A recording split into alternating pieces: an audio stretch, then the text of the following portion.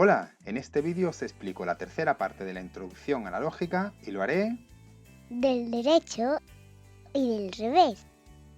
En este vídeo os explico el método de las tablas de verdad y el método de la reducción al absurdo. En los vídeos anteriores vimos que la lógica es la disciplina filosófica que se ocupa de determinar la validez de un argumento. Pues bien, existen varios métodos o procedimientos para decidir dicha validez, entre los que se encuentran las tablas de verdad y la reducción al absurdo como los más utilizados. El método de las tablas de verdad se lleva a cabo a través de tres pasos. El primero es la formación de columnas. Para saber cuántas columnas tiene que tener nuestra tabla, se cuentan las variables enunciativas distintas que contiene la fórmula. Así, como en esta fórmula que ponemos de ejemplo aparecen tres variables, P, Q y R, pues tendríamos tres columnas. Después tenemos que añadir una nueva columna por cada variable distinta que aparezca negada en la fórmula, como es el caso de no Q y no R. Finalmente, se añaden tantas columnas cuantos sean los conectores presentes en la fórmula, excepto el negador, cuando va directamente adosado a una variable. En nuestro ejemplo contamos con un conjuntor, un implicador y un disyuntor y por lo tanto tenemos que añadir otras tres columnas. En segundo lugar, tenemos que calcular el número de filas y los valores de verdad.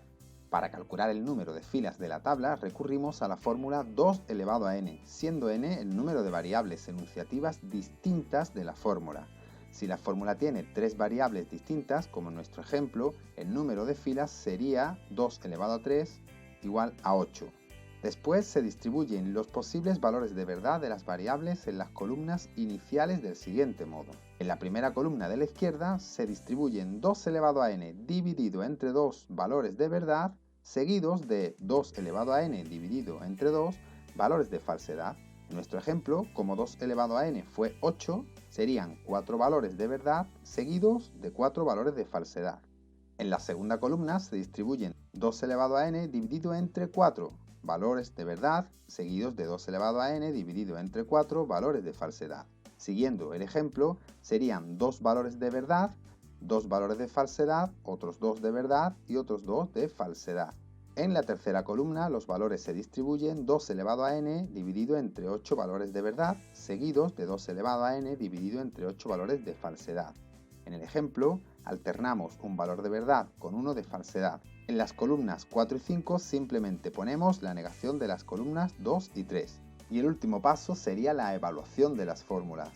Lo siguiente que tenemos que hacer es colocar los valores de verdad de las columnas anteriores a las variables correspondientes de las fórmulas.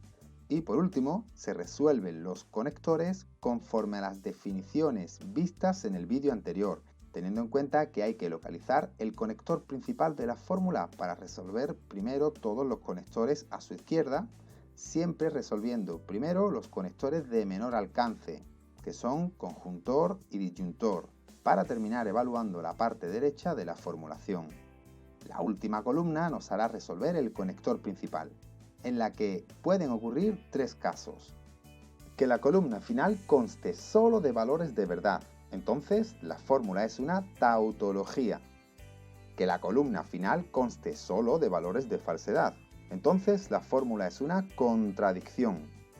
O que la columna final conste de valores de verdad y de valores de falsedad indistintamente, entonces la fórmula es una contingencia. En el ejemplo que hemos visto, como en la columna final hay signos de verdad y signos de falsedad, entonces la fórmula es una contingencia. El método de reducción al absurdo consiste en suponer que la fórmula de la que se parte es falsa y, si desarrollando esta suposición se llega a una contradicción, entonces se puede afirmar que la fórmula original es válida, es decir, tautológica. Pero si la contradicción no surge, se trata de una fórmula no válida, es decir, contradictoria o contingente. Claro, si yo comienzo suponiendo que la fórmula es falsa y llego a una contradicción, está claro que no es falsa y por lo tanto es verdadera, tautológica. Pero si esa contradicción no llega, quiere decir que esa falsedad se mantiene, por lo tanto la fórmula es no válida, contradictoria o contingente. Vamos a verlo en un ejemplo. Tomemos la siguiente fórmula. Si P, entonces Q y Q, entonces P. Primero, construimos un casillero situando una casilla debajo de cada variable y de cada conjuntor. Segundo, Suponemos que la fórmula es falsa escribiendo F en la casilla correspondiente al conector principal. Tercero, al ser una implicación, es falsa si su antecedente es verdad y su consecuente falsedad, como vimos en el primer vídeo.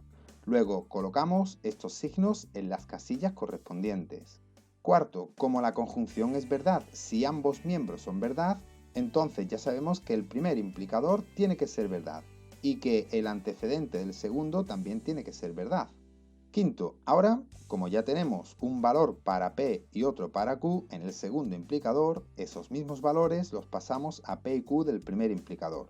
En sexto lugar, puesto que hemos completado la formulación sin llegar a contradicción, podemos concluir que no hay contradicción y que se trata de una fórmula no válida, lo cual se escribe en la parte derecha del casillero. Veamos otro ejemplo. Consideremos la fórmula P y Q y P o R, entonces Q. Primero construimos el casillero con una casilla para cada variable y cada conector. Segundo, suponemos que la fórmula es falsa. Tercero, puesto que la implicación es falsa, si su antecedente es verdad y su consecuente es falso, podemos escribir lo siguiente. Cuarto, la conjunción es verdad si sus dos miembros son verdad. Por tanto, tanto la conjunción como la disyunción han de serlo. Quinto, sabemos que los dos miembros de la conjunción han de ser verdad. Luego, P y Q han de serlo. Sexto, y llegados a este punto, interrumpimos el proceso, ya que entre los pasos 7 y 3 ha surgido una contradicción y, por tanto, podemos afirmar que se trata de una fórmula válida. Así que escribimos válida a la derecha del casillero. Y ahora, Y del revés. si ya dominas el contenido de los dos primeros vídeos y además ahora has aprendido a utilizar el método de reducción al absurdo y el método de las tablas de verdad, enhorabuena, ya dominas perfectamente el proceso de formalización en lógica.